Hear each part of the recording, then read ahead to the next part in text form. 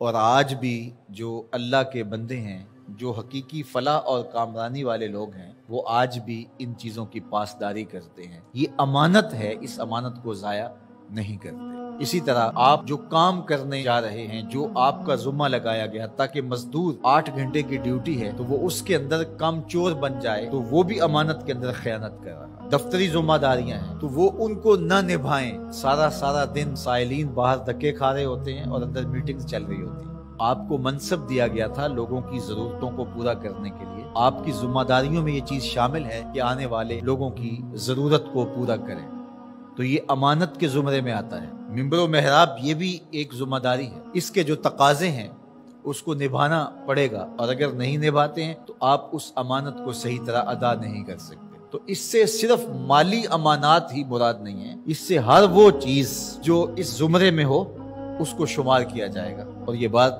اچھی طرح ذہن میں رکھی جائے کہ امانتیں سپرد ہی ان کو کرنی چاہیے کہ جو امانتوں کو ادا کرنے کی اہلیت رکھتے ہیں۔ ان لوگوں کو معاملات سپرد کر دیے جائیں جو ان معاملات کو نبھانے کی اہلیت ہی نہیں رکھتے، تو پھر نتیجہ کیا ہوگا کہ وہ نبھانا چاہیں گے بھی تو نہیں نبھا سکیں گے۔ ایک تو ہیں ہی نااہل اور پھر اوپر سے خائن بھی ہوں، کم چور بھی ہوں، تو پھر کیا نتیجہ نکلے گا؟ لیکن اگر خائن اور کم چور نہ ہو، نااہل ہوں، ڈرائیونگ سیٹ کے اوپر آپ اس کو بٹھا دیں جو ڈرائیونگ نہیں جانتا ہے اور وہ بہت مخلص ہے، تہجد گزار ہے، شب زندہ دار ہے، تو اس کی شب زندہ داریاں، اس کی تہجد گزاریاں، اس کا صائم الدہر ہونا، اس کا قائم اللیل ہونا کیا گاڑی کو کھڈے میں گرنے سے بچا لے گا؟ تو وہاں بٹھانا اس کو چاہیے جو کہ اس منصب کے تقاضوں کو پورا کرنے کی اہلیت رکھتا ہو۔ جو اہلیت نہیں رکھتے ہیں ان کے ذمے آپ کوئی کام لگا دیں گے تو اس کا نتیجہ یہی ہوگا کہ وہ کام صحیح ہونے کی بجائے الٹا خراب ہوگا۔ اللہ کے محبوب علیہ السلام نے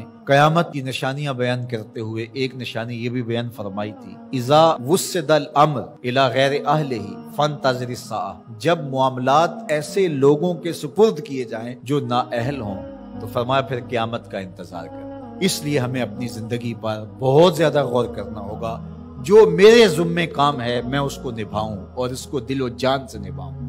مجھے جو منصب دیا گیا ہے ممبر و محراب کا، میں اس کو پورا کروں۔ اگر آپ کے ذمے پھولوں کی ایک کیاری میں پانی لگانا ہے تو آپ وہ کام کرنے جا رہے ہیں جو آپ کر نہیں سکتے، اور آپ کہتے ہیں کہ نہیں میں ممبر پہ بیٹھ کے خطابت کروں گا، وہ تو آپ کا منصب ہی نہیں ہے۔ آپ کو جو کام دیا گیا ہے وہاں گوڈی میں کوتاہی نہیں ہونی چاہیے، وہاں وقت پہ پانی ملنے پہ کوتاہی نہیں ہونی چاہیے۔ ہر بندہ جو اس کا منصب اور اس کا جو دائرہ کار ہے، جب اس میں کام کرنے لگ جائے گا تو نتیجہ کیوں پیدا نہیں ہوگا؟ یہاں مسئلہ یہ ہے کہ ہر بندہ کہتا ہے کہ میں یہ کروں گا جو وہ کر ہی نہیں سکتا ہے، اور کچھ لوگ توقع بھی لگا کے بیٹھتے ہیں اور ہم حیران ہوتے ہیں کہ یہ کس طرح ہو سکتا ہے، جو ضابطہ اس کے مطابق ہی کام ہوتے ہیں۔ تو اللہ تعالیٰ جل شانہ اس قوم کی حالت نہیں بدلتا جو اپنی حالت خود بدلنے کے لیے آمادہ نہیں ہوتی۔ آج امت مسلمہ کا مسئلہ یہ ہے کہ امت مسلمہ میں وہ صلاحیتیں جو ہونی چاہیے تھی ایک تو مفقود ہیں، دوسرا تقسیم کار نہ ہونے کی وجہ سے آج امت لڑکتی چلی جا رہی ہے، اور آج ہم وہاں کھڑے ہیں جہاں میں کھڑا نہیں ہونا چاہیے تھا۔ خدا کرے کہ اس چمن میں بہار آئے اور یہ امت پھر فروغ پائے، اور اگر ہم اپنے حصے کا کام نہیں کریں گے تو اللہ تعالیٰ جل شانہ اس دین کو کبھی مٹنے نہیں دے گا۔ یہ بات ذہن میں رکھیے گا، یہ دین غالب ہی رہے گا، یہ دین ہمارا محتاج نہیں ہے۔ اللہ ہماری جگہ کسی اور شخص کو لے آئے گا اور اس کے ذریعے سے دین کو غالب کرے گا۔ اس لیے ہم نے اپنے حصے کا کام کرنا ہے، اس کو کبھی بھی ترک نہیں کرنا ہے۔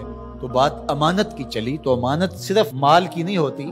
آپ کے پاس کوئی گٹھڑی رکھ گیا، آپ کے پاس جو ہے وہ کوئی پیسہ روپیہ رکھ دیا تو وہی امانت نہیں ہوتی۔ آپ کی صلاحیتیں بھی امانت ہیں، اور آپ کا منصب بھی امانت ہے۔ آپ پر جو لوگوں نے توقع کی، ٹرسٹ کیا، وہ بھی امانت ہے۔ اور آپ سے کسی نے گفتگو کی، گھر کی بات شیئر کی، آپ کو پیر سمجھ کے، مرشد سمجھ کے، بڑا سمجھ کے، محلے کا بڑا سمجھ کے، تو وہ بھی امانت ہے۔ تو اللہ تعالیٰ جل شانہ نے یہاں دو چیزیں خاص طور پہ بیان فرمائی، امانت اور عہد کے اندر جو وعدہ کر دیا ہے اس کے اندر خیانت نہ کی جائے۔ یہ دو چیزیں اگر نہیں ہیں تو پھر دین ہی نہیں ہے۔